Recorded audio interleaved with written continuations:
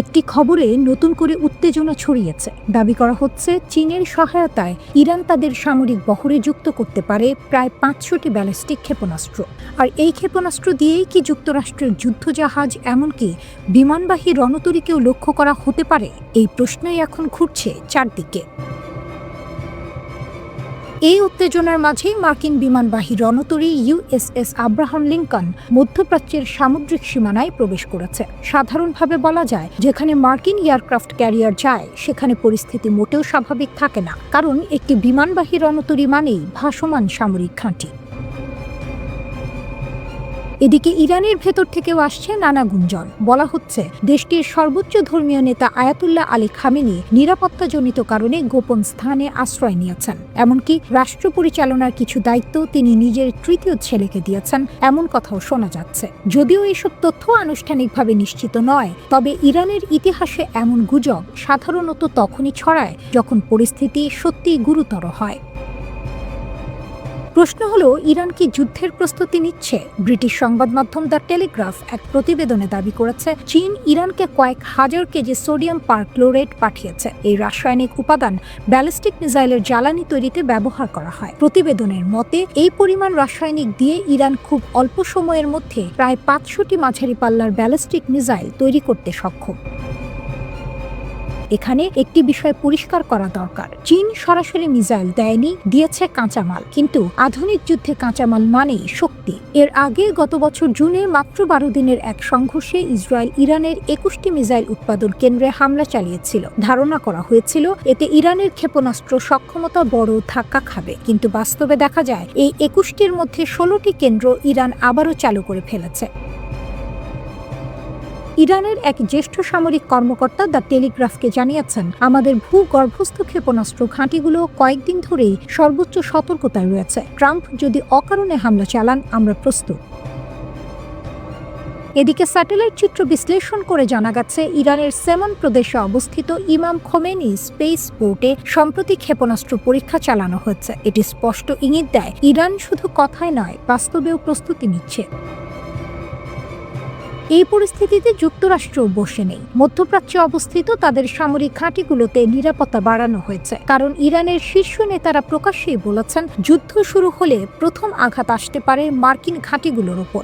ইরানকে ঘিরে চলমান উত্তেজনার মধ্যেই মধ্যপ্রাচ্যে টানা কয়েকদিনের সামরিক মহড়া শুরু করার ঘোষণা দিয়েছে যুক্তরাষ্ট্র। মার্কিন সেন্ট্রাল কমান্ড সেন্টকম জানিয়েছে তাদের বিমান বাহিনীর অংশ 9th এয়ারফোর্স অ্যাফসেন্ট এই আকাশ মহড়া পরিচালনা করছে। বিবৃতিতে অ্যাফসেন্ট জানায় এই মহড়ার উদ্দেশ্য হল মধ্যপ্রাচ্য জুড়ে দ্রুত বিমান ও জনবল মোতায়েন এবং যুদ্ধ ক্ষমতা বজায় রাখার সক্ষমতা যাচাই করা। একই সঙ্গে আঞ্চলিক অংশীদারদের সঙ্গে সমন্বয় জোরদার এবং যে কোনো পরিস্থিতিতে দ্রুত প্রতিক্রিয়ার প্রস্তুতিও এর লক্ষ্য।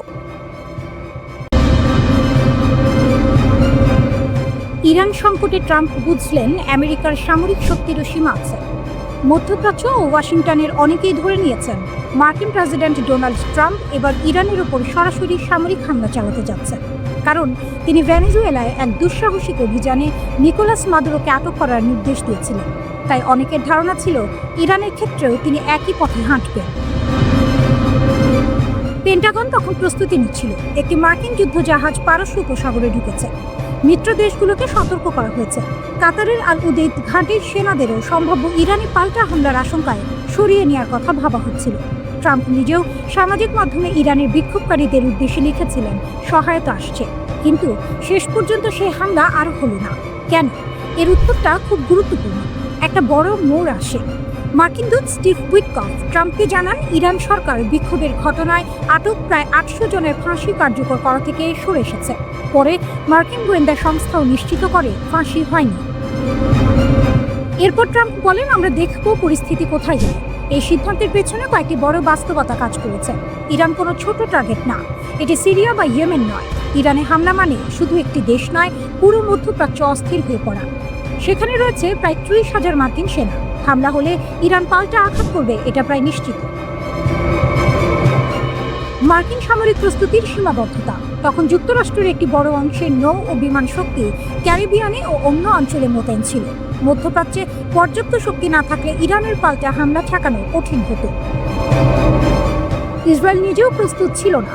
জুনে ইরানের সঙ্গে 12 দিনের সংঘর্ষে ইসরায়েল বিপুল পরিমাণ ক্ষেপণাস্ত্র প্রতিরোধ ব্যবস্থা ব্যবহার করেছে। তাদের মজুদ কমে এসেছে।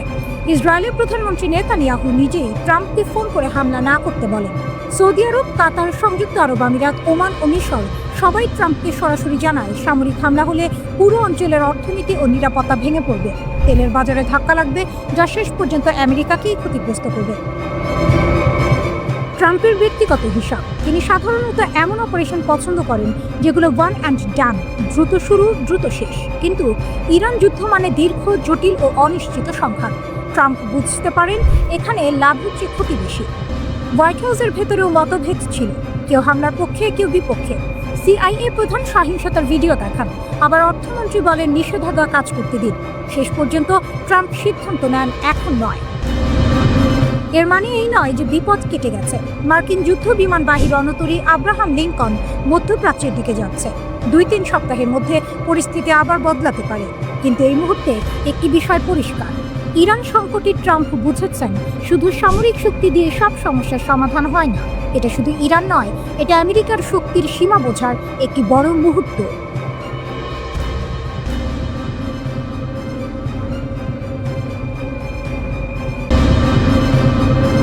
তুরস্ক বনাম ইসরায়েল, আফ্রিকার নতুন খেলা। যখন সারা দুনিয়া ভেনেজুয়েলা, ইরান আর গ্রিনল্যান্ড নিয়ে ব্যস্ত, ঠিক তখনই আফ্রিকার এক কোণে শুরু হচ্ছে এক গুপ্ত কিন্তু অত্যন্ত গুরুত্বপূর্ণ সংঘাত। এই সংঘাতটি তুরস্ক এবং ইসরায়েলের। এটা শুধু অর্থনীতি বা কূটনীতি নয়, এটা সামরিক, গোয়েন্দা এবং শক্তির খেলা। জানুয়ারির 6 তারিখ তুরস্কের গোয়েন্দা প্রধান ইব্রাহিম কালিন ঘোষণা করলেন পুরো আফ্রিকা এখন তুরস্কের কৌশলগত অগ্রাধিকার। এই ঘোষণা এসেছে ঠিক কয়েক সপ্তাহ পরে, যখন ইসরায়েল প্রথমবারের মতো সোমালিল্যান্ডকে স্বাধীন রাষ্ট্র হিসেবে স্বীকৃতি দিল। সোমালিল্যান্ড হলো এমন একটি অঞ্চল যা দশকের পর দশক ধরে স্বশাসিত, কিন্তু আনুষ্ঠানিকভাবে সোমালিয়ার অংশ। ইসরায়েলের লক্ষ্য এখানে সামরিক আধার তৈরি করা, যাতে তারা হুথি বাহিনীর হুমকি মোকাবিলা করতে পারে এবং লোহিত সাগরের নৌ পরিবহন রক্ষা করতে পারে। আর তুরস্ক, তারা আফ্রিকার হৃদয়ে নিজের প্রভাব বিস্তার করতে চাইছে, শক্তি, অর্থনীতি এবং কূটনীতিতে সামঞ্জস্য বজায় রেখে। তুরস্ক শুধু বাণিজ্যিকভাবে নয়, সামরিক ও গোয়েন্দা দিকেও সক্রিয়। তারা সরবরাহ করেছে বাইরাক্তার TB2 ড্রোন, প্রশিক্ষণ দিচ্ছে আফ্রিকার সামরিক বাহিনী। লিবিয়া, সোমালিয়া, সুদান এসব জায়গায় তুরস্কের কার্যক্রম ইতিবাচক ফল দিচ্ছে। তুরস্কের বাণিজ্য আফ্রিকার সঙ্গে 2003 থেকে 8 গুণ বৃদ্ধি পেয়ে 2022 সালে $40.7 বিলিয়ন পৌঁছেছে। দূতাবাসের সংখ্যা বেড়েছে 12 থেকে 44। এটি শুধু অর্থনৈতিক প্রভাব নয়, সামরিক ও নিরাপত্তার প্রভাবও। ইসরায়েলের সোমালিল্যান্ড স্বীকৃতি তুরস্কের প্রভাবকে সরাসরি চ্যালেঞ্জ করছে। সোমালিয়া এই স্বীকৃতিকে অবৈধ ঘোষণা করেছে। তুরস্ক, মিশর এবং জিবুতি একসঙ্গে দাঁড়িয়ে ইসরায়েলের পদক্ষেপের বিরুদ্ধে কঠোর প্রতিবাদ জানিয়েছে। তুরস্ক আফ্রিকায় বিনিয়োগ করছে অবকাঠামো, মানবিক সহায়তা, সামরিক প্রশিক্ষণ এবং কূটনৈতিক সমর্থন দিয়ে। এটি শুধু সহমর্যাদা নয়, বরং দীর্ঘমেয়াদী কৌশলগত পরিকল্পনা। আফ্রিকায় শুরু হয়েছে নতুন গ্রেট গেম, সাহেল অঞ্চল, হর্ন অফ আফ্রিকা। এখানে তুরস্কের গোয়েন্দা কার্যক্রম, বিশেষ বাহিনী প্রশিক্ষণ এবং গোপন অভিযান বাড়ছে। ইসরায়েলের পদক্ষেপ তুরস্কের প্যান আফ্রিকান মডেলকে হুমকির মুখে ফেলেছে। এই সংঘাত ভবিষ্যতে শুধু হর্ন অফ আফ্রিকা নয়, পুরো আফ্রিকায় তুরস্ক এবং ইসরায়েলের প্রভাবকে প্রভাবিত করতে পারে। ভেনেজুয়েলা বা ইরান নিয়ে আমরা যতই আলোচনা করি, আফ্রিকা এখন গোপন সামরিক এবং কূটনৈতিক যুদ্ধক্ষেত্র হয়ে উঠেছে। তুরস্ক এবং ইসরায়েলের এই সংঘাত আগামী বছরগুলোতে নতুন মাত্রা যোগ করতে পারে। কে জিতবে আফ্রিকার এই নতুন খেলা? 2025 সালের জানুয়ারিতে ইসরায়েলি সরকারের গঠিত ন্যাগেল কমিটি একটি রিপোর্ট প্রকাশ করেছে, যেখানে বলা হয়েছে যে দেশটি তুরস্কের সাথে সম্ভাব্য যুদ্ধের জন্য প্রস্তুত হওয়া উচিত। তখন ইসরায়েলের একটি সরকারি কমিটি জানিয়েছে তুরস্কের অটোমান সাম্রাজ্যের প্রভাব পুনঃপ্রতিষ্ঠার প্রচেষ্টা অঞ্চলে উত্তেজনা সৃষ্টি করতে পারে। যুক্তরাষ্ট্রের সঙ্গে সম্পর্ক খারাপ হওয়ার পর ইরান সরাসরি হুমকি দিয়েছে প্রয়োজনে তারা মধ্যপ্রাচ্যের বিভিন্ন মার্কিন সামরিক ঘাঁটিতে হামলা চালাতে পারে। এই ঘোষণার পর উপসাগরীয় দেশগুলোতে আতঙ্ক ছড়িয়ে পড়ে, কারণ এসব দেশে বহু মার্কিন ঘাঁটি রয়েছে। কিন্তু বিশ্লেষকদের মতে একটি মার্কিন ঘাঁটি আছে যেটিকে ইরান সম্ভবত কখনোই আঘাত করবে না। সেই ঘাঁটিটি হলো তুরস্কের ইনসারলিক এয়ারবেস। প্রশ্ন হলো, ইরান যখন কাতার, বাহরাইন, ইরাক বা কুয়েতের মার্কিন ঘাঁটিগুলোকে হুমকি দিচ্ছে, তখন তুরস্কের ইনসারলিক ঘাঁটিকে কেন রেড লাইন ধরা হচ্ছে? এর পেছনে কয়েকটি বড় কারণ আছে। প্রথমত, ইনসারলিক একটি সাধারণ মার্কিন ঘাঁটি নয়, এটি যুক্তরাষ্ট্র ও ন্যাটোর একটি যৌথ সামরিক ঘাঁটি। এখানে শুধু মার্কিন সেনা নয়, তুরস্কের বিমান বাহিনীর সদস্যরাও দায়িত্ব পালন করে, অর্থাৎ এটি সরাসরি ন্যাটোর কাঠামোর আওতায় পড়ে। এই ঘাঁটি অবস্থিত তুরস্কের আদানা শহরের কাছে। ভৌগোলিকভাবে এটি ইরান, ইরাক ও সিরিয়ার খুব কাছাকাছি। ফলে মধ্যপ্রাচ্যের যে কোনো সংকটে যুক্তরাষ্ট্র ও ন্যাটো এখান থেকে খুব দ্রুত প্রতিক্রিয়া জানাতে পারে। ইনসিরলিকে নিয়মিতভাবে যুদ্ধ বিমান, জ্বালানি বহনকারী ট্যাঙ্কার বিমান, পরিবহন বিমান ও নজরদারি বিমান মোতায়েন থাকে। এখান থেকে নজরদারি, আকাশে জ্বালানি সরবরাহ এবং জরুরি সামরিক অভিযানের প্রস্তুতি নেওয়া হয়। কিন্তু সবচেয়ে সংবেদনশীল বিষয়টি হলো এই ঘাঁটিতে মার্কিন পারমাণবিক অস্ত্র রয়েছে। খোলা সূত্রের তথ্য অনুযায়ী ইনসিরলিকে 20 থেকে 50টি পর্যন্ত B-61 পারমাণবিক বোমা সংরক্ষিত আছে। এগুলো ন্যাটোর নিউক্লিয়ার শেয়ারিং ব্যবস্থার অংশ। এই কারণেই সামরিক বিশেষজ্ঞরা বলছেন, ইনসিরলিকে হামলা মানে শুধু যুক্তরাষ্ট্র নয়, পুরো ন্যাটো জোটের সঙ্গে সরাসরি সংঘাতে জড়িয়ে পড়া। কারণ তুরস্ক ন্যাটোর সদস্য, আর ন্যাটোর আর্টিকেল 5 অনুযায়ী কোনো একটি সদস্য রাষ্ট্রে হামলা হলে সেটাকে পুরো জোটের ওপর হামলা হিসেবে ধরা হয়। তবে এখানেও একটি জটিলতা আছে। কিছু আন্তর্জাতিক আইন বিশেষজ্ঞ বলছেন, যদি ইরান দাবি করে যে তারা যুক্তরাষ্ট্রের আগের হামলার জবাবে প্রতিশোধ নিয়েছে, তাহলে ন্যাটোর ভেতরে আর্টিকেল 5 কার্যকর করা নিয়ে বিতর্ক হতে পারে। কারণ জাতিসংঘের আত্মরক্ষার আইন এখানে জটিল হয়ে যায়। তবুও বাস্তবতা হলো, ইনসিরলিকে আঘাত করা ইরানের জন্য ভয়ঙ্কর ঝুঁকিপূর্ণ সিদ্ধান্ত হবে। আর একটি গুরুত্বপূর্ণ কারণ হলো তুরস্কের সামরিক শক্তি। যুক্তরাষ্ট্রের পর ন্যাটোর মধ্যে তুরস্কের সেনাবাহিনী দ্বিতীয় বৃহত্তম। 2026 সালের গ্লোবাল ফায়ার পাওয়ার র্যাঙ্কিংয়ের তুরস্ক বিশ্বের শীর্ষ 10টি সামরিক শক্তির একটি, যেখানে ইরান অনেক পিছিয়ে। তুরস্কের নিজস্ব ড্রোন যেমন বাইরাক্তার TB2, আনকা, আকিনসি ইতিমধ্যেই বিভিন্ন যুদ্ধে কার্যকারিতা প্রমাণ করেছে। পাশাপাশি রয়েছে অভিজ্ঞ যুদ্ধ বিমান বাহিনী। বিশ্লেষকদের মতে, যদি ইরান তুরস্কের মাটিতে হামলা চালায়, তাহলে আঙ্কারা আরও শক্তভাবে ওয়াশিংটনের পাশে দাঁড়াবে। এতে ইরান কূটনৈতিকভাবে আরও একঘরে হয়ে পড়বে। অন্যদিকে যুক্তরাষ্ট্রের মধ্যপ্রাচ্যে প্রায় 40 থেকে 50 হাজার সেনা রয়েছে। কাতারের আল উদেদ ঘাঁটি, বাহরাইনের নৌ ঘাঁটি, সংযুক্ত আরব আমিরাত, সৌদি আরব, ইরাক, কুয়েত সব জায়গায় মার্কিন উপস্থিতি রয়েছে। এমনকি মার্কিন রণতরী USS আব্রাহাম লিঙ্কনকেও মধ্যপ্রাচ্যে পাঠানো হয়েছে।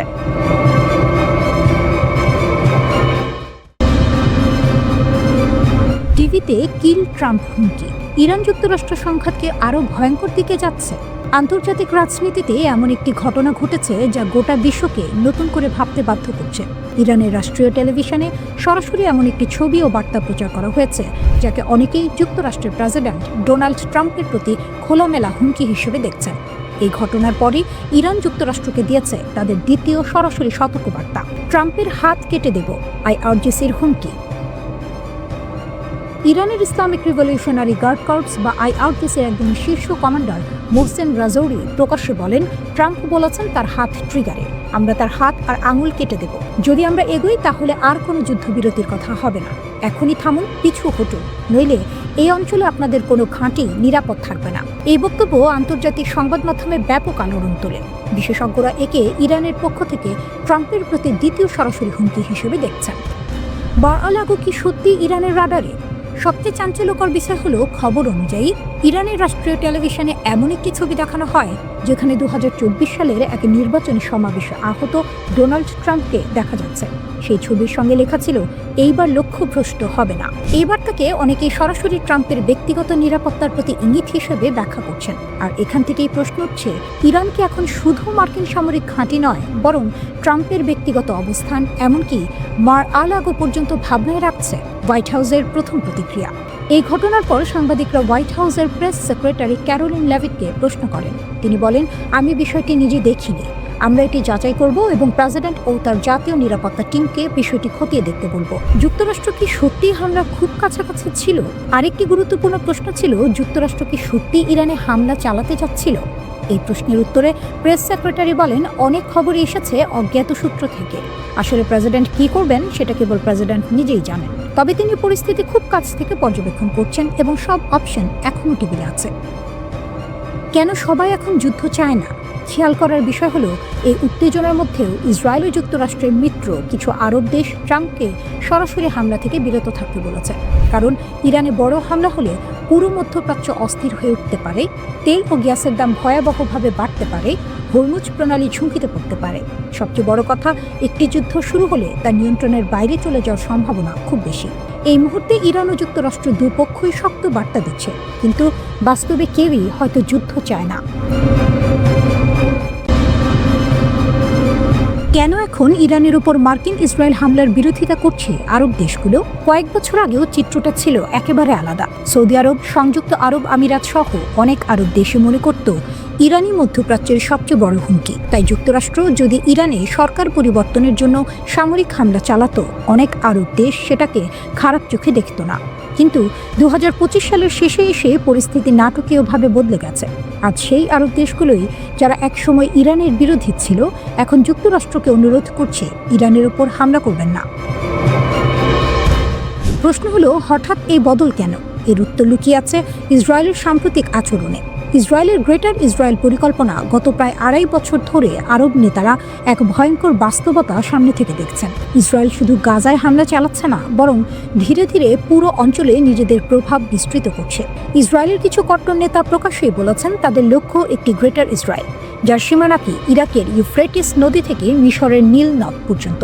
এই চিন্তাধারার বাস্তব প্রতিফলন আমরা দেখেছি গাজায় ভয়াবহ গণহত্যা, পশ্চিম তীরে অবৈধ বসতি বাড়ানো, সিরিয়া ও লেবাননের ভূখণ্ডে সরাসরি হামলা।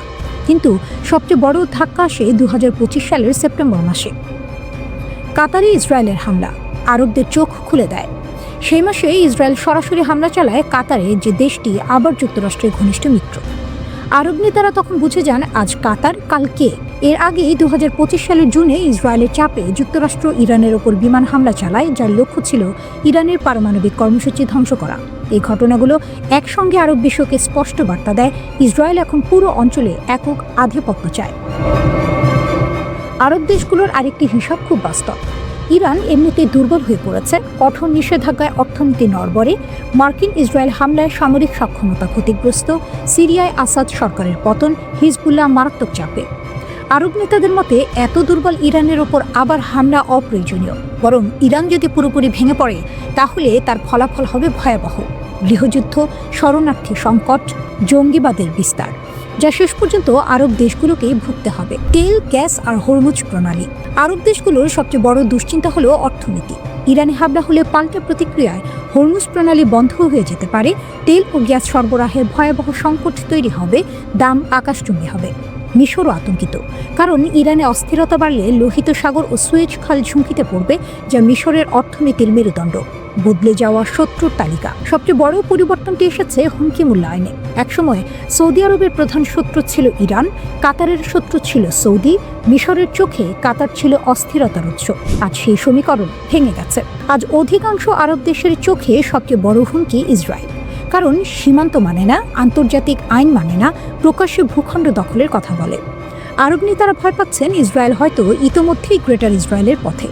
ইসরায়েলের লাগামহীন আগ্রাসন আর মার্কিন সমর্থন আজ এমন এক পরিস্থিতি তৈরি করেছে যেখানে বিভক্ত আরব বিশ্বও একটি বিষয়ে একমত হচ্ছে: এই আগুন আর বাড়ানো যাবে না।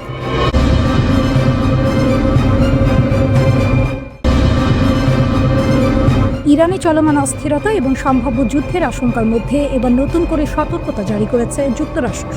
জেরুজালেমে অবস্থিত মার্কিন দূতাবাস একটি নতুন নিরাপত্তা সতর্কবার্তা প্রকাশ করেছে, যা স্পষ্টভাবে জানিয়ে দিচ্ছে পরিস্থিতি যে কোনো সময় খারাপের দিকে যেতে পারে। মার্কিন নাগরিকদের বলা হয়েছে তারা যেন তাদের ভ্রমণ পরিকল্পনা নতুন করে পর্যালোচনা করেন এবং হঠাৎ কোনো জরুরি পরিস্থিতির জন্য প্রস্তুত থাকেন। দূতাবাস বলছে এই সতর্কতার পেছনে রয়েছে চলমান আঞ্চলিক উত্তেজনা, যার সঙ্গে এখন সরাসরি যুক্ত হয়ে গেছে ইরানের দেশ জুড়ে চলা বিক্ষোভ এবং যুক্তরাষ্ট্র ও ইসরায়েলের বিরুদ্ধে তেহরানের ক্রমবর্ধমান হুমকি। ইরান এই মুহূর্তে কয়েক দশকের মধ্যে সবচেয়ে অস্থির সময় পার করছে।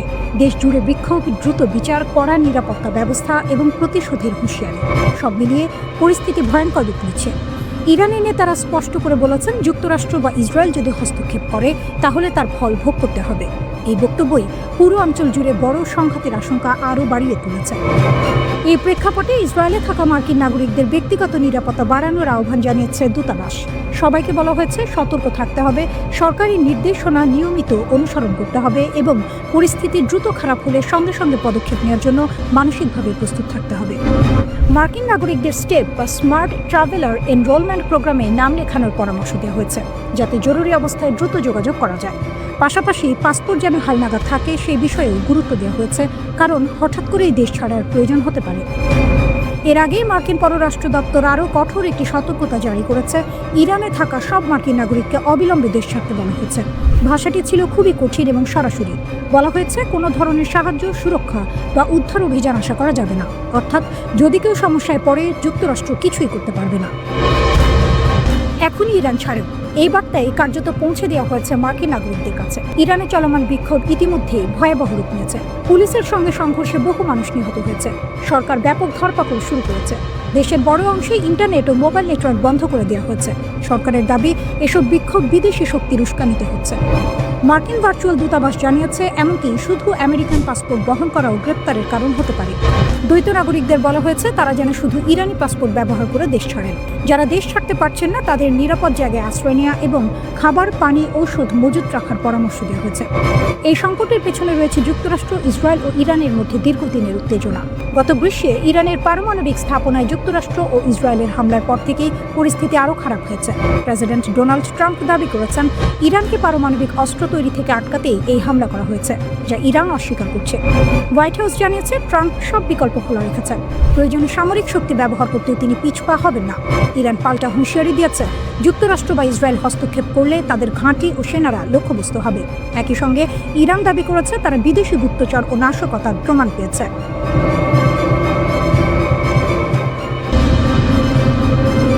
ইরানের পরিস্থিতি এখন সত্যিই ভয়ঙ্কর মোড় নিচ্ছে। দেশ জুড়ে বিক্ষোভ যত বাড়ছে ততই কড়া হচ্ছে সরকারের ভাষা। আর এইবার যে সতর্কবার্তা এসেছে সেটিকে অনেকেই বলছেন ইরানের ইতিহাসে সাম্প্রতিক সময়ের সবচেয়ে কঠোর হুঁশিয়ারি। ইরানের প্রধান বিচারপতি গোলাম হোসেইন মোহসেনি এজেই স্পষ্ট ভাষায় বলেছেন, যারা বিদেশি শক্তির সঙ্গে হাত মিলিয়ে দেশে অস্থিরতা তৈরি করছে তাদের জন্য আর কোনো দয়া দেখানো হবে না। তার ভাষায়, এখন থেকে কেউ যদি ইসলামী প্রজাতন্ত্রের বিরুদ্ধে শত্রুকে সাহায্য করে তাহলে কঠোর শাস্তি অনিবার্য। এই বক্তব্যের পেছনে ইঙ্গিত কার দিকে তা বুঝতে কষ্ট হয় না। ইরানের রাষ্ট্রীয় গণমাধ্যম সরাসরি যুক্তরাষ্ট্র ও ইসরায়েলের নাম উল্লেখ করেছে। বলা হয়েছে, এই দুই দেশ প্রকাশ্যেই ইরানের অভ্যন্তরীণ বিষয়ে হস্তক্ষেপ করছে, টুইট করছে, বক্তব্য দিচ্ছে, চাপ সৃষ্টি করছে। ইরানের সর্বোচ্চ নেতা আয়াতুল্লাহ আলী খামেনিও একই সুরে কথা বলেছেন। তিনি বলেছেন, এই বিক্ষোভ স্বতঃস্ফূর্ত নয়, এর পেছনে রয়েছে বিদেশি শক্তির উস্কানি। তার মতে, শত্রুরা চায় ইরান ভেঙে পড়ুক, কিন্তু ইরান মাথা নত করবে না। কিন্তু প্রশ্ন হলো, এই বিক্ষোভ শুরুই বা হলো কেন?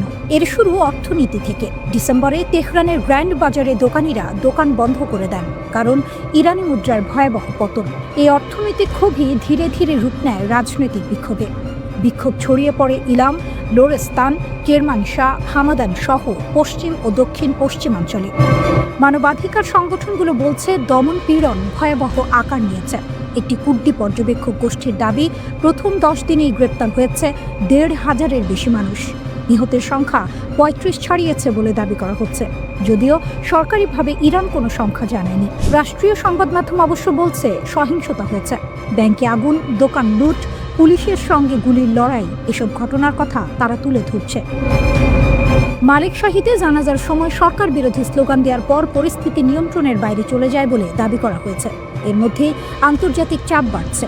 মার্কিন প্রেসিডেন্ট ডোনাল্ড ট্রাম্প প্রকাশ্যে বলেছেন, যদি ইরানি নিরাপত্তা বাহিনী বিক্ষোভকারীদের ওপর গুলি চালায় তাহলে যুক্তরাষ্ট্র হস্তক্ষেপ করতে পারে।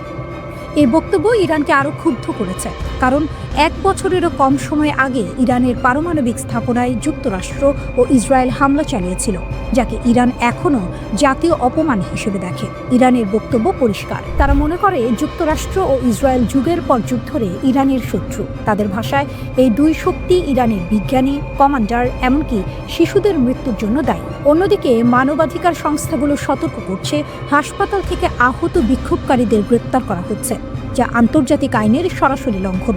সব মিলিয়ে ইরান এখন এক ভয়ঙ্কর সন্ধিক্ষণে দাঁড়িয়ে। একদিকে চরম অর্থনৈতিক সংকট, অন্যদিকে বিদেশি হস্তক্ষেপের আশঙ্কা।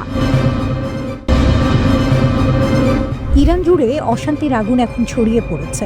রাস্তায় হাজার হাজার মানুষ নেমে এসেছে, অর্থনীতি ডুবে যাচ্ছে, আর দেশের ধর্মীয় শাসক গোষ্ঠী এমন সময় স্থিতিশীলতা ফিরিয়ে আনতে পারছে না। বিদেশি চাপ ক্রমেই বাড়ছে। ডিসেম্বরে তেহরানে শুরু হওয়া ছোটখাটো ক্ষোভ এখন পুরো দেশের 31 প্রদেশে ছড়িয়ে পড়েছে। শুরু হয়েছিল রিয়ালের দরপতন নিয়ে ক্ষোভ থেকে। গ্র্যান্ড বাজারের ব্যবসায়ীরা হঠাৎ ক্ষুব্ধ হয়ে রাস্তায় নেমেছিলেন। ধীরে ধীরে তরুণেরা এই বিক্ষোভে যোগ দিয়েছে। তবে মাসা আমিনের সময়ে যেসব নারী ও কিশোর আন্দোলনের মুখপাত্র ছিলেন, এই বিক্ষোভে তারা তুলনামূলকভাবে কম দেখা যাচ্ছে। নতুন অস্থিরতা শুরু হওয়ার পর human rights activist news agency জানাচ্ছে অন্তত 34 বিক্ষোভকারী ও 4 নিরাপত্তা কর্মকর্তা নিহত হয়েছে। 2200 জনকে গ্রেপ্তার করা হয়েছে। বিশ্লেষকরা বলছেন এটি শুধু অর্থনৈতিক ক্ষোভ নয়, এটি বিদ্যমান শাসন ব্যবস্থার প্রতি জনগণের গভীর হতাশার প্রতিফলন। ইরানি কর্তৃপক্ষ বিক্ষোভ দমন করতে দ্বিমুখী কৌশল অবলম্বন করছে। তারা বলছে অর্থনৈতিক বিক্ষোভ বৈধ এবং সংলাপের মাধ্যমে সমাধান হবে, তবে একই সঙ্গে রাজপথে সহিংস সংঘর্ষে কাঁদানে গ্যাসও ব্যবহার করা হচ্ছে। ধর্মীয় শাসকরা 5 দশক পরও যুব সমাজের প্রত্যাশার সঙ্গে নিজেদের নীতি মিলিয়ে চলতে হিমশিম খাচ্ছেন। রাজপথে তরুণরা শাসক গোষ্ঠীর আদর্শকামী নীতি মেনে চলতে চায় না। পোশাক বিধি থেকে শুরু করে বিদেশ নীতি, যা ইসলামী প্রজাতন্ত্রের মূল স্তম্ভ, তা 30 বছরের কম বয়সীদের কাছে গ্রহণযোগ্য নয়। তরুণরা মুক্তভাবে বাঁচতে চায়। মাসা আমিনি কেন্দ্রিক আন্দোলনের সময় যেসব নারী হিজাব বিধির বিরুদ্ধে সরব হয়েছিল, এবার অনেক নারী জনসম্মুখে হিজাব পরতে অস্বীকৃতি জানাচ্ছেন। চলমান বিক্ষোভে মানুষ আঞ্চলিক সশস্ত্র গোষ্ঠীর প্রতি তেহরানের সমর্থনকে নিন্দা করছে। তারা স্লোগান দিচ্ছে, গাজা নয়, লেবানন নয়, আমার জীবন ইরানের জন্য। এতে দেখা যাচ্ছে দেশের মানুষের আশা ও শাসক গোষ্ঠীর অগ্রাধিকারের মধ্যে দূরত্ব কতটা। ইরানের আঞ্চলিক প্রভাবও কমে গেছে।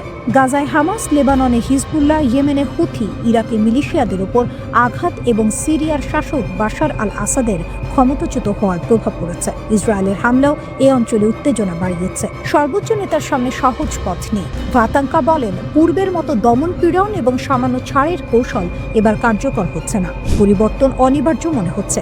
সরকারের পতন হতে পারে, তবে নিশ্চিত নয়। মধ্যপ্রাচ্যের অন্যান্য দেশে দেখা গেছে দীর্ঘকাল ক্ষমতায় থাকা শাসকরা কেবল তখনই পতিত হয় যখন বিক্ষোভ ও সামরিক হস্তক্ষেপ একত্রে ঘটে। যুক্তরাষ্ট্রের প্রেসিডেন্ট ট্রাম্প বলেছেন, নিরাপত্তা বাহিনী যদি নিরস্ত্র বিক্ষোভকারীদের উপর গুলি চালায় তিনি সমর্থন জানাবেন। তবে ইরানের সাধারণ মানুষ চায় না বিদেশি হস্তক্ষেপ। তারা চায় শান্তিপূর্ণ জীবন, বন্ধুত্ব এবং স্বাধীনতা। ইরানের সর্বোচ্চ নেতা আয়াতুল্লাহ আলী খামিনি বলছেন, দেশ শত্রুর কাছে আত্মসমর্পণ করবে না। তবে 86 বছর বয়সী এই নেতা এমন একটি সময়ের মুখোমুখি যেখানে তার নীতি, পারমাণবিক ক্ষেপণাস্ত্র এবং বিদেশি প্রভাব সব চ্যালেঞ্জের মুখোমুখি। ইসরায়েলের প্রধানমন্ত্রী বেনিয়ামিন নেতানিয়াহু বলেছেন, ইরানি জনগণ তাদের ভবিষ্যতের নিয়ন্ত্রণ নিজের হাতে নিচ্ছে। এটি একটি সিদ্ধান্তমূলক মুহূর্ত। ইরানের রাস্তায় আগুন জ্বলছে, অর্থনীতি ডুবে যাচ্ছে, আর এখন দেশটির সর্বোচ্চ নেতা খুব বিরল একটি সরাসরি বার্তা দিলেন মার্কিন প্রেসিডেন্টের উদ্দেশ্যে। আয়াতুল্লাহ আলী খামিনি বলেছেন, ডোনাল্ড ট্রাম্পের হাতে ইরানের রক্ত লেপ্টে আছে। তিনি তাকে অহংকার, রক্তপাত এবং হস্তক্ষেপের জন্য দোষারোপ করেছেন। এমনকি বলেছেন, ইতিহাসে দেখেছেন শাসকরা কখনোই তাদের শক্তির শিখরে নিরাপদ থাকে না। ইরানের সব শহরের সাধারণ রাস্তাগুলো এখন যুদ্ধক্ষেত্র। মানুষ বের হচ্ছে, সরকারকে চ্যালেঞ্জ জানাচ্ছে, চলমান মুদ্রার অবমূল্যায়ন, মুদ্রাস্ফীতি এবং বাজার ভেঙে যাওয়ার ক্ষোভ প্রকাশ করছে। চিৎকার, বিক্ষোভ, সংঘর্ষ, ভাঙচুর সবকিছু মিলে গিয়েছে। এই অবস্থার মাঝে খামেনি জাতির উদ্দেশ্যে ভাষণ দিয়েছেন। বার্তাটি ছিল সরাসরি এবং ব্যক্তিগত। তিনি বলেন, কিছু ভিক্ষুক মার্কিন আগ্রহীর রাস্তায় আগুন জ্বালাচ্ছে। তিনি দাবি করেছেন, প্রবাসে থাকা কিছু নেতা এবং বিদেশি প্রভাব এই বিশৃঙ্খলা ছড়াচ্ছে। পাশাপাশি তিনি বিক্ষোভকারীদের সতর্ক করেছেন যে দেশের ক্ষতি করার মাধ্যমে কেউ বিদেশি শক্তিকে খুশি করতে পারবে না। ডোনাল্ড ট্রাম্পও প্রকাশ্যভাবে ইরানকে হুমকি দিয়েছেন। তিনি বলেছেন, যদি নিরস্ত্র নাগরিকদের উপর বল প্রয়োগ করা হয় তবে তেহরান তার মূল্য চুকাতে হবে। তিনি আরও উল্লেখ করেছেন, খামেনি কোথাও পালানোর চেষ্টা করছেন এবং পরিস্থিতি দ্রুত খারাপ হচ্ছে। ওয়াশিংটন ও তেহরানের মধ্যে উত্তেজনা এই মুহূর্তে খুবই তীব্র। ইরানের সংকটের মূল কারণ হলো অর্থনীতি। নিষেধাজ্ঞা, প্রশাসনিক ভুল এবং মুদ্রার মূল্যপতন সাধারণ মানুষকে সীমারেখার ধারে ঠেলে দিয়েছে। রিয়াল তীব্রভাবে দুর্বল হয়েছে, সঞ্চয় শেষ হয়ে যাচ্ছে এবং মৌলিক পণ্য ক্রয় করা কঠিন হয়ে যাচ্ছে। অর্থনৈতিক অসন্তোষ এখন রাজনৈতিক কর্তৃত্বের বিরুদ্ধে রূপ নিয়েছে। সংকট শুধু ইরানেই সীমাবদ্ধ নয়, এর প্রভাব আশেপাশের অঞ্চলেও পড়ছে। তুরস্কের এয়ারলাইন্স 17টি ফ্লাইট বাতিল করেছে। বিমান চলাচল স্থগিত করা নিরাপত্তা উদ্বেগ এবং অনিশ্চয়তার প্রমাণ দিচ্ছে। ইরানের ভিতরের পরিস্থিতি যখন ক্রমশ গাঢ় হচ্ছে, তখন এর প্রভাব পুরো অঞ্চলে ছড়িয়ে পড়ছে। ইরানের রাস্তায় খোলা চ্যালেঞ্জ, ছাদ, গলিপথ, ঘর এবং সড়ক। হাজার হাজার মানুষ বের হয়ে চিৎকার করছে, ডিক্টেটরের মৃত্যু হোক। কেউ ভয় পাচ্ছে না। এটার স্থানীয় অসন্তোষ নয়, এটা পুরো দেশের বিদ্রোহ। মার্কিন সেনাবাহিনী নজর রাখছে। সেন্টকম তেহরানে বিক্ষোভ ও সরকারের প্রতিক্রিয়া পর্যবেক্ষণ করছে। F-15E যুদ্ধ বিমান রুটিন রোটেশনের অংশ হিসেবে মোতায়েন করা হয়েছে। বড় কোনো সেনা সমাবেশ নেই, তবে সতর্ক সংকেত স্পষ্ট। ওয়াশিংটন সরাসরি ইরানের জনগণের সঙ্গে কথা বলছে। মার্কিন স্টেট ডিপার্টমেন্ট পারস্য ভাষায় বার্তা দিয়েছে, ইরানিদের তাদের অধিকার রক্ষার জন্য ধন্যবাদ জানাচ্ছে। প্রবাসী ক্রাউন প্রিন্স রেজা পালভি জাতিকে সমর্থন জানাচ্ছেন। তিনি বলেছেন, আরও মানুষ রাস্তায় আসুক। বিক্ষোভের আগুনে তেহরানের সরকারি ভবনও জ্বলে উঠেছে। রাষ্ট্রীয় টেলিভিশনও এই ছবি সম্প্রচার করেছে। এরপর দেশ জুড়ে ইন্টারনেট এবং ফোন ব্ল্যাকআউট, বাজার বন্ধ, বেজারগুলো। মানবাধিকার গ্রুপ বলছে অন্তত 41 জন নিহত, 2270 জন আটক। তবে বিক্ষোভ থেমে নেই, চিৎকার, আগুন, সব মিলিয়ে ইরানের নেতৃত্ব এখন বছরের সবচেয়ে বড় পরীক্ষায়। পরবর্তী পদক্ষেপ ইরানের ভবিষ্যৎ নির্ধারণ করবে। ইরান উত্তাল। আর হঠাৎ করে কেন দেশটির সবচেয়ে শক্তিশালী বাহিনী রেভলিউশনারি গার্ড বলছে নিরাপত্তা আমাদের রেড লাইন? ইরানের ক্ষমতা কাঠামো বোঝা খুব গুরুত্বপূর্ণ। দেশটির সবচেয়ে শক্তিশালী বাহিনী হলো Islamic Revolutionary Guard Corps IRGC। এরা শুধু সেনাবাহিনী নয়, এরা রাজনীতি, অর্থনীতি, নিরাপত্তা সবখানেই প্রভাব রাখে। আর এই বাহিনী সরাসরি সর্বোচ্চ নেতা আয়াতুল্লাহ আলী খামেনির অধীনে কাজ করে। এই প্রশ্নের উত্তর পেতে হলে আমাদের কয়েক ধাপ পেছনে যেতে হবে। প্রথমে আসি বিক্ষোভের কারণের দিকে। ইরানে গত কয়েক বছর ধরে অর্থনীতি ভয়াবহ চাপের মধ্যে আছে। মুদ্রাস্ফীতি নিয়ন্ত্রণের বাইরে চলে গেছে। সাধারণ মানুষের আয় বাড়ছে না, কিন্তু চাল, তেল, গ্যাস সবকিছুর দাম আকাশ ছোঁয়া। এর ফলে ডিসেম্বরের শেষ দিকে মানুষ রাস্তায় নামে। শুরুটা ছিল অর্থনৈতিক প্রতিবাদ দিয়ে, কিন্তু খুব দ্রুত এই আন্দোলন রাজনৈতিক রূপ নেয়। এখন অনেক বিক্ষোভকারী সরাসরি বলছে তারা বর্তমান ধর্মীয় শাসন ব্যবস্থা আর চায় না। লাগাম টানতে শুরু করেছেন ইরানের শীর্ষ নেতা।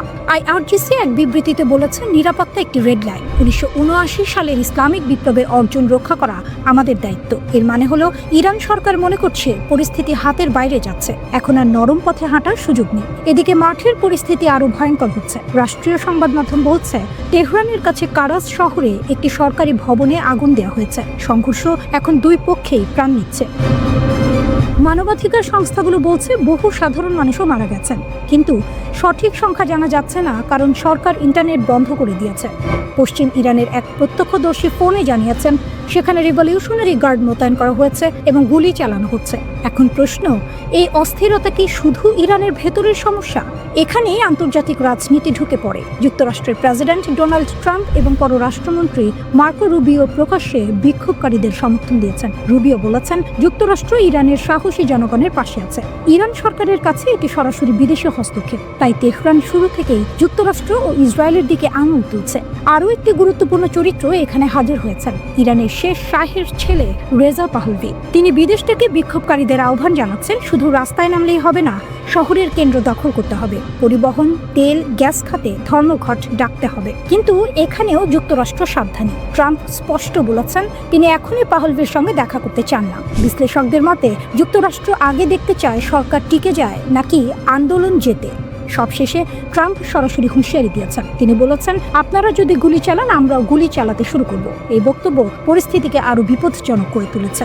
সব মিলিয়ে ইরান এখন দাঁড়িয়ে আছে এক ভয়ঙ্কর মোড়ে। একদিকে রেভলিউশনারি গার্ডের রেড লাইন, অন্যদিকে জনগণের ক্ষোভ, বিদেশি চাপ এবং নেতৃত্বের প্রশ্ন। যুক্তরাষ্ট্রের ঘাঁটিতে হামলার হুঁশিয়ারি, ইরান কি বার্তা দিচ্ছে? মধ্যপ্রাচ্যে আবারও বড় ধরনের উত্তেজনার ইঙ্গিত মিলছে। ইরান স্পষ্ট করে জানিয়ে দিয়েছে, যুক্তরাষ্ট্র যদি ইরানের ওপর সামরিক হামলা চালায়, তাহলে তার জবাবে মধ্যপ্রাচ্যের বিভিন্ন দেশে থাকা মার্কিন সামরিক ঘাঁটিগুলো লক্ষ্যবস্তুতে পরিণত হবে।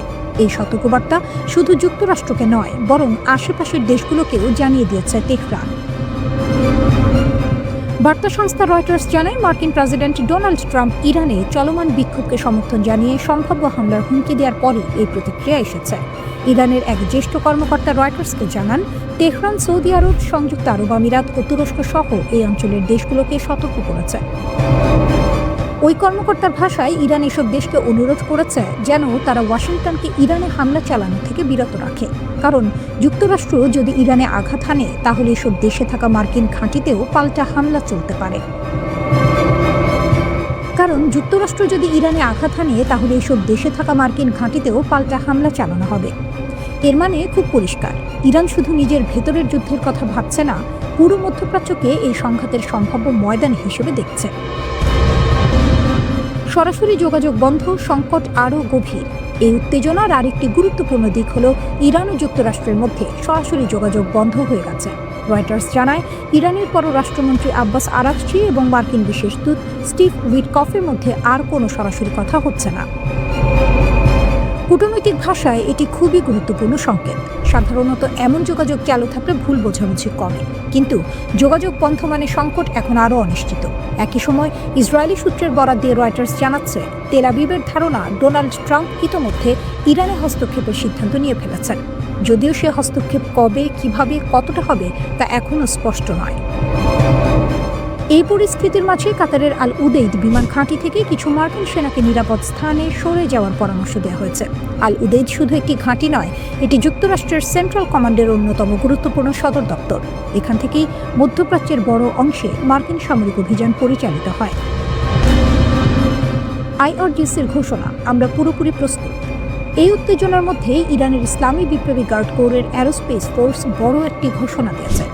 বাহিনীর কমান্ডার ব্রিগেডিয়ার জেনারেল মজিদ মোসাফি বলেছেন, যে কোনো বিদেশি আগ্রাসন মোকাবিলায় তারা এখন সক্ষমতার চূড়ান্ত শিখরে পৌঁছেছে। তার দাবি, 2025 সালের জুনে যুক্তরাষ্ট্র ও ইসরায়েলের সঙ্গে 12 দিনের যে যুদ্ধ হয়েছিল, সেই যুদ্ধ থেকে শিক্ষা নিয়ে ইরান তার প্রতিরক্ষা সরঞ্জাম উৎপাদন কয়েক গুণ বাড়িয়েছে। যুদ্ধের সময় যে দুর্বলতাগুলো ধরা পড়েছিল, সেগুলো নাকি এখন আর নেই। তিনি স্পষ্ট করে বলেন, ইরানে আঘাত হলে মধ্যপ্রাচ্যের মার্কিন ঘাঁটিগুলোতেও হামলা চালানো হবে। এই সব কিছুর পেছনে বড় ভূমিকা রেখেছে ডোনাল্ড ট্রাম্পের সাম্প্রতিক বক্তব্য। তিনি প্রকাশ্যে ইরানি বিক্ষোভকারীদের সরকারি প্রতিষ্ঠানে হামলার আহ্বান জানান এবং বলেন, সহায়তা আসছে। ইরানের দৃষ্টিতে এটি সরাসরি অস্থিরতা উস্কে দেওয়ার চেষ্টা। তাই তেহরান পাল্টা হুঁশিয়ারি দিয়েছে, পুনরায় কোনো আগ্রাসন হলে পশ্চিম এশিয়ায় অবস্থিত মার্কিন ও ইসরায়েলি স্বার্থ সংশ্লিষ্ট সব স্থাপনায় কঠোর আঘাত হানা হবে। সব মিলিয়ে পরিস্থিতি খুবই স্পর্শকাতর। একদিকে যুক্তরাষ্ট্রের হুমকি, অন্যদিকে ইরানের পাল্টা সতর্কবার্তা, যোগাযোগ বন্ধ, সেনা অবস্থান পরিবর্তন আর প্রকাশ্য হুঁশিয়ারি। সব মিলিয়ে বোঝা যায় মধ্যপ্রাচ্য আবারও বড় ধরনের সংঘাতের ঝুঁকির দিকে এগোচ্ছে।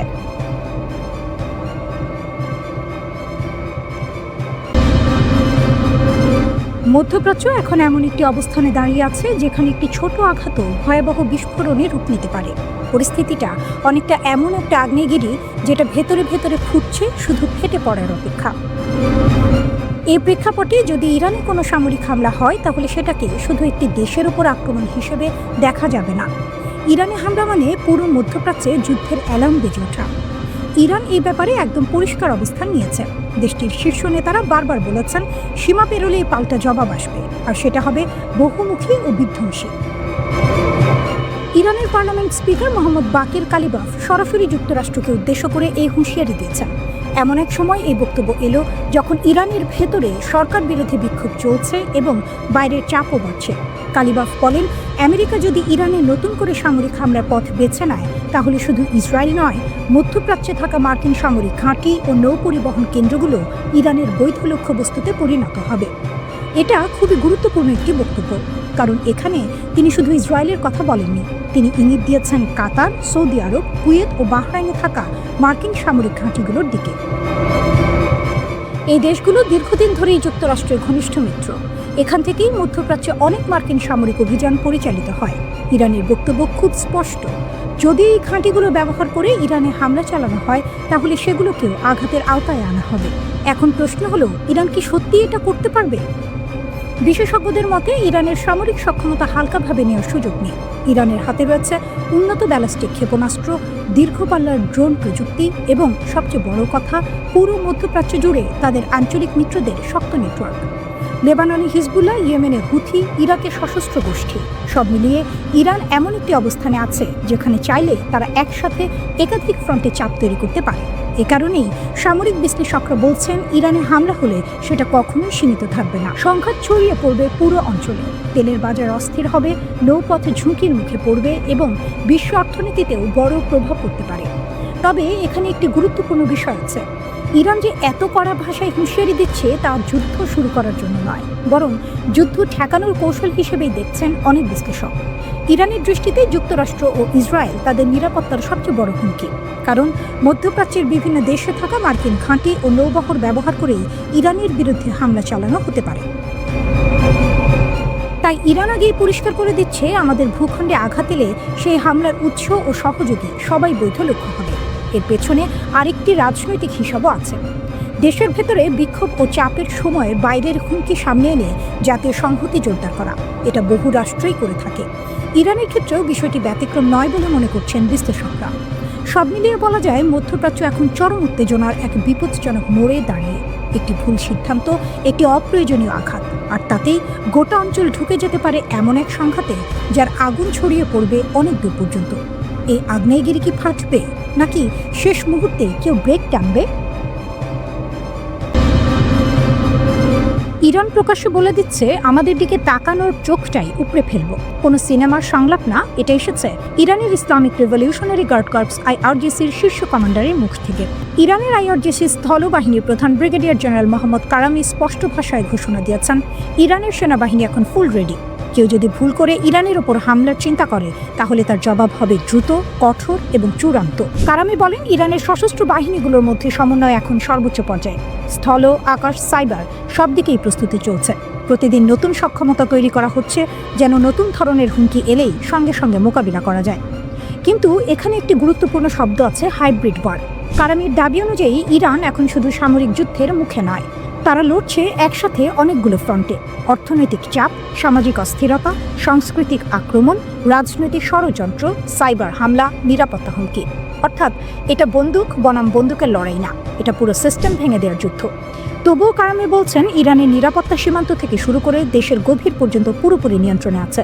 তার সেই বিখ্যাত হুঁশিয়ারি, যে চোখ আমাদের ভূমির দিকে লোভ করে তাকাবে, সেই চোখ উপড়ে ফেলা হবে।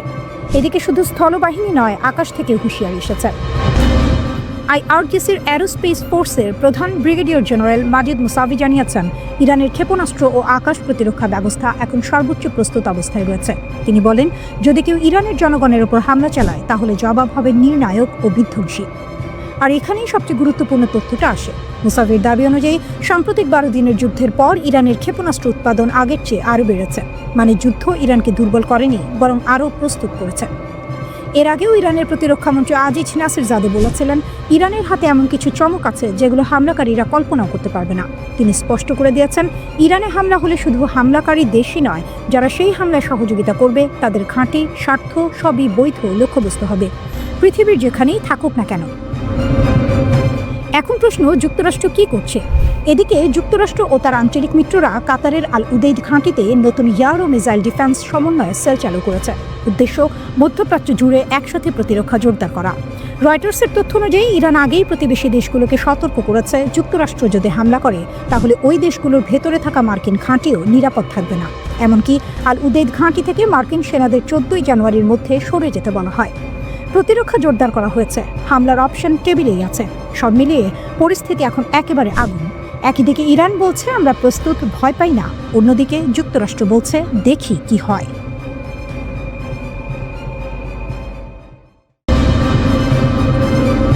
ইরানের সর্বোচ্চ ধর্মীয় নেতা আয়াতুল্লাহ আলী খামেনি যুক্তরাষ্ট্রের উদ্দেশ্যে দিয়েছেন কড়া ও স্পষ্ট বার্তা। তার বক্তব্যের পর স্বাভাবিকভাবেই বড় প্রশ্ন উঠে এসেছে, তাহলে কি ইরানের সামরিক বাহিনী ইতোমধ্যেই যুদ্ধের প্রস্তুতি নিয়ে ফেলেছে? একই সঙ্গে আরও একটি গুরুত্বপূর্ণ প্রশ্ন সামনে এসেছে, যুক্তরাষ্ট্র ও ইসরায়েলের পরবর্তী পদক্ষেপ আসলে কি হতে পারে? সম্প্রতি মার্কিন প্রেসিডেন্ট ডোনাল্ড ট্রাম্প ইরানকে ঘিরে একের পর এক কঠোর হুমকি দিয়েছেন। অনেকেই এখন জানতে চাইছেন, এসব হুমকি কি শুধু কথার মধ্যে সীমাবদ্ধ থাকবে, নাকি যুক্তরাষ্ট্র সত্যিই সেগুলো বাস্তবায়নের পথে হাঁটছে? তাহলে কি নতুন করে মধ্যপ্রাচ্যে বড় কোনো সংঘাত শুরু হতে যাচ্ছে? বর্তমান পরিস্থিতিতে ইরানের সরাসরি যুদ্ধ নয়, বরং দেশ জুড়ে সরকার বিরোধী বিক্ষোভ চলছে। এই বিক্ষোভকে কেন্দ্র করেই যুক্তরাষ্ট্র ও ইসরায়েল নতুন ষড়যন্ত্র করছে, এমন অভিযোগ উঠেছে তেহরান থেকে। মার্কিন প্রেসিডেন্ট ডোনাল্ড ট্রাম্প তার সাম্প্রতিক বক্তব্যে বলেছেন, ইরানের চলমান আন্দোলনে যদি সরকার সহিংসতা বা হত্যাযজ্ঞ চালায়, তাহলে যুক্তরাষ্ট্র সেখানে হস্তক্ষেপ করবে। কিন্তু প্রশ্ন হলো, এই হস্তক্ষেপ কিভাবে হবে? সামরিকভাবে নাকি অন্য কোনো উপায়ে? ইরানের গোয়েন্দা সংস্থাগুলোর দাবি, দেশটিতে অর্থনৈতিক মন্দা ও উচ্চ মূল্যস্ফীতিকে কেন্দ্র করে যে আন্দোলন চলছে, তাতে সরাসরি উস্কানি দিচ্ছে যুক্তরাষ্ট্র ও ইসরায়েল। এই বিক্ষোভ ঘিরে ইতোমধ্যেই বেশ কয়েকজনকে আটক করা হয়েছে এবং হতাহতের খবরও পাওয়া গেছে। তবে এসব চাপের মধ্যেও যুক্তরাষ্ট্রের সামনে মাথা নত না করার ঘোষণা দিয়েছেন আয়াতুল্লাহ আলী খামেনি।